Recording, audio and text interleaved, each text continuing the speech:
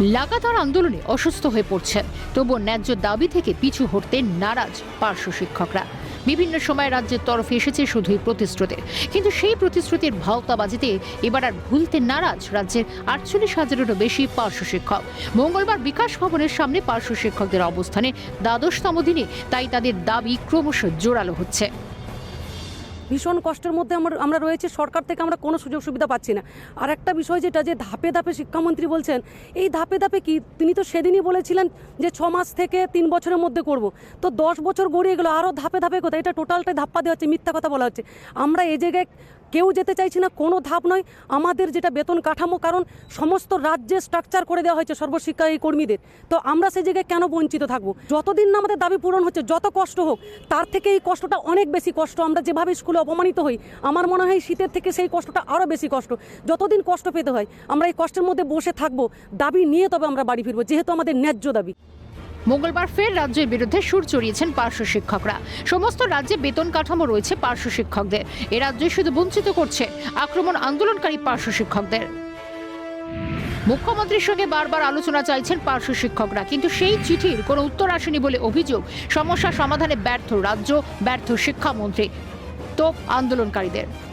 মাননীয় মুখ্যমন্ত্রীর কাছে একাধিকবার চিঠি করেছি, আমরা এখানে বসাকালীনও আমরা দুবার চিঠি করেছি যে আমরা আপনার সঙ্গে আলোচনা করতে চাই, আপনি অনুগ্রহ করে সময় দিয়ে বাধিত করবেন, তো তার কোনো এখনও রিপ্লাই পাইনি। এই 2011 সালের 3রা জুনের সেই ঘোষণা আজ পর্যন্ত পার্থবাবুরা কার্যকারী করতে পারেননি। পার্থবাবু এই কাজে সম্পূর্ণ ব্যর্থ হয়ে রয়েছেন। তা আমরা আগামীকাল একটা কর্মসূচি নিয়েছি। মুখ্যমন্ত্রী যেমন পাড়ায় পাড়ায় যাচ্ছে, দুয়ারে দুয়ারে যাচ্ছে, আমরাও সেরকম পাড়ায় পাড়ায় দুয়ারে দুয়ারে যাচ্ছি, সরকারের দুয়ারে যাচ্ছি, সরকারের পাড়ায় যাচ্ছি, এবং সেই পাড়ায় গিয়েই আমরা আমাদের দাবি এবং আমাদের আবেদন রাখব। ইতিমধ্যে আন্দোলনকারী পার্শ্ব শিক্ষকদের পাশে দাঁড়িয়েছেন বিজেপি নেতা শুভেন্দু অধিকারী।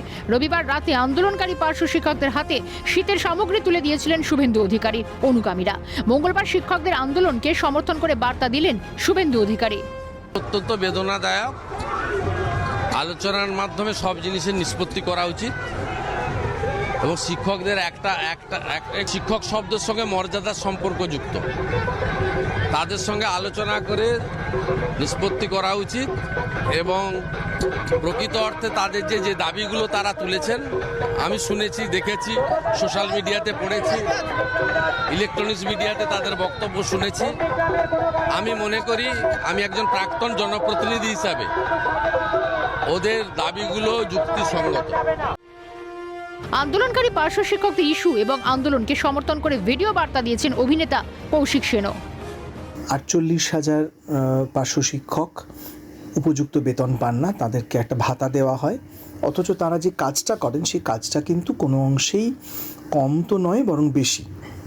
এবং এক্ষেত্রে ওই আর্থিক কাঠামোটার ক্ষেত্রে, ওদের মাইনে দেওয়ার ক্ষেত্রে কোথায় আটকাচ্ছে, কেন আটকাচ্ছে, কিসের জন্য আটকে যাচ্ছে, এটা এখনও আমাদের কাছে রহস্যাবৃত। তাদের কথা তো বটেই, তাদের পরিবারের মুখ চেয়েও আমার মনে হয় যে এই ব্যাপারটা সামঞ্জস্য আনা উচিত। দীর্ঘদিন ধরে ব্যাপারটা ঝুলে রয়েছে, তারা লড়াই করছেন, আমি সর্বতোভাবে তাদের সমর্থন জানাচ্ছি।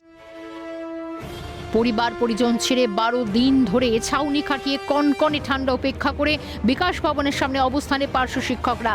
পার্শ্ব শিক্ষকদের এই কষ্ট দেখে মুখ খুলেছেন বিজেপি নেতা শুভেন্দু অধিকারী। পার্শ্ব শিক্ষকদের জন্য খারাপ লাগা রয়েছে টলিউডেরও, কিন্তু রাজ্যের হাজার হাজার শিক্ষকদের জন্য কি প্রাণ কাঁদে না রাজ্যের মুখ্যমন্ত্রীর, যিনি সকলের অভিভাবক? নবান্ন কি ক্রমশ অমানবিক হয়ে উঠছে, নিষ্ঠুর হয়ে উঠছে?